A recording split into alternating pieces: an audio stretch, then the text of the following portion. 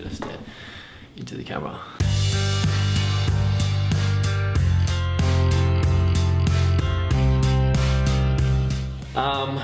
Well, art is still only like a fairly new thing for me. I've only really been drawing for like the last 18 months, 2 years. I was never really into art. I was never good at art. Like I remember being a kid and my dad was a really good artist. He could draw really well. My brother could draw really well. So I just kind of thought like they, you know, have like the art genes or whatever. They're just like the natural artists. And I never was, so I kind of just canned it and was like, this is never gonna happen for me, whatever. I'm like a kid, I moved on. And I found that when I went to school, I was like really good at problem solving, and I noticed I was really good at maths and science, and that just became like a really sort of like natural progression for me. I ended up in science and maths a lot. Pretty much ditched art and sport altogether. I never did art or sport at school, actually. I finished school, and throughout like my early teens and mid-teens, I was finding myself like picking apart computers a lot and breaking computers and fixing them, and then like learning how to make websites and stuff like that. Like I remember when MySpace was a big thing, and I would make like these custom templates and stuff for people to make their profiles look cooler or whatever. And so I kind of found myself really into technology and stuff like that. So eventually like a natural progression for me was just to go to uni and do IT and become a qualified web developer. And yeah, I did that for 5 years professionally after uni. Then I found myself really interested in like the startup culture. I guess it's like a pretty popular thing, like everyone wants to be the next Facebook or start something cool or whatever. And I had all these good ideas for websites and tools and things I could make, but like I didn't have any concept of design at all. So I could build these really cool things, but they looked terrible, and I didn't know anyone who could design or how to make things look better.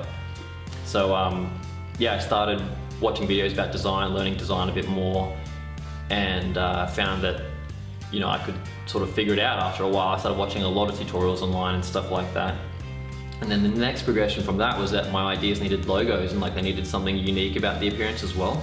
And I couldn't figure out how people got these unique word logos or anything like that. Like Instagram has one and Facebook has one, and I'd look at them and be like, but what font is that? Like how come it looks different to everything else? Like how do they make that font or something like that? I didn't realize that people actually drew those in Illustrator. They were actually custom made, sketched out, and it was like a long process to get to there, and that's why it's so unique. You can't just type it in and, you know, spit it out.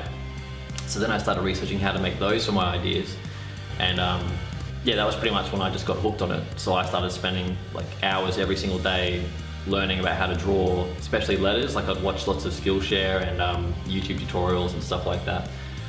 And yeah, I guess I just kind of fell in love with letters from there, and that was like where the whole typography and lettering thing came from. It's a bit of a long, drawn out one, I'm sorry, but long story. Yeah. My favourite artist, well, my favourite Australian artist would be Gemma O'Brien. She's really good at lettering. She's done like heaps of massive lettering murals and stuff as well. She does a lot of work with Volcom. So if people look her up, they'll see what I mean. Like lots of really detailed murals and really impressive work.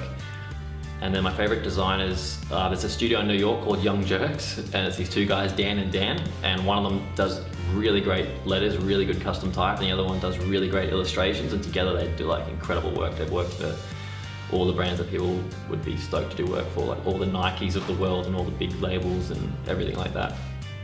My favorite moment as an artist is gonna sound a bit of a jerk, but a bit self-obsessed, but I did a whole merch range for Bring Me the Horizon for the last album that came out, and it was like a massive project. It was really great. Like a lot of people, it did a lot of good things for me. Like a lot of people contacted me after that. It became like a real kind of milestone in my career. And I remember late last year, I think it was, I saw them at River Stage, and they played this massive show, and I remember sort of standing there up on the hill and just looking around, and there was like hundreds of people wearing shirts, and it was just all stuff that I had drawn. And that's so kind of self-obsessed as it sounded, it felt pretty good to look around and be like, oh wow, my stuff is in the real world. People are actually really enjoying this.